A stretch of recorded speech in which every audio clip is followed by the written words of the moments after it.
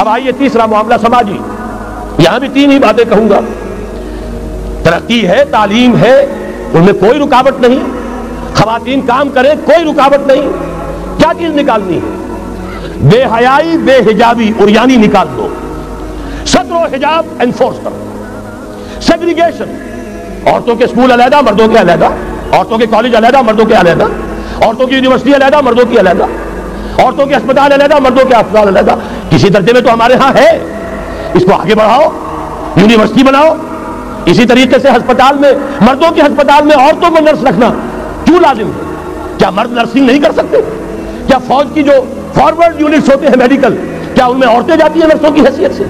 جہاں اصل ضرورت ہوتی ہے، کسی کا بازو اڑ گیا ہے، کسی کی ٹانگ اڑ گئی ہے، کسی کا پیٹ ٹاک ہو گیا ہے، آنتیں باہر ہے، بڑی ٹینڈر نرسنگ کی ضرورت ہے، وہاں تو عورت نہیں جاتی، وہاں تو میل نرسز ہے. تو مردانہ اسپتالوں میں مردوں کو نرس رکھو، زنانہ اسپتالوں میں عورتوں کو نرس رکھو. عورتیں مریض ہوں، عورتیں ڈاکٹر ہوں، عورتیں جو ہے نرسنگ کریں. وہاں کی انتظامیہ بھی عورتوں کو دیجیے. پھر یہ ہے کہ ساری پرائمری ایجوکیشن عورتوں کو دے دیجیے. چھوٹی عمر کے بچے ہیں، انہیں عورت کے اندر اللہ تعالیٰ نے جو شفقت مادری رکھی ہوئی ہے فطری طور پر، ضرورت ہے اس ٹینڈر ایج میں. تو ارادہ اگر ہو جائے تو ہر کام ہو سکتا ہے. ارادہ چاہیے. یہ کہ بے ستری، بے حجابی، عریانی، فحاشی کا خاتمہ کرو. نمبر 2، شراب اور منشیات کا خاتمہ کرو. اس کے لیے آئرن ہینڈ بلکہ آئرن فسٹ کی ضرورت ہے. یہ کر کے دکھایا، ایرانیوں نے کر کے دکھا دیا.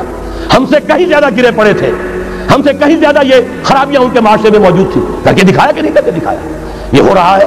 لہذا یہ کہ یہ کام کیا جائے اور زنا اور قذف کے جو اصل اللہ تعالیٰ کی طرف سے، اللہ کے رسول کی طرف سے جو سزائیں ہیں اور حدود اور تعزیرات ہیں، ان کو نافذ کیا جائے. یہ تین چیزیں کر دیجئے، یہی معاشرہ ہوگا.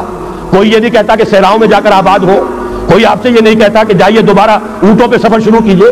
جو ترقی ہوئی ہے، اللہ تعالیٰ نے علم دیا ہے انسان کو، اللہ تعالیٰ نے ٹیکنالوجی عطا فرمائی انسان کو، اور رحمان کا دیا ہوا علم ہے.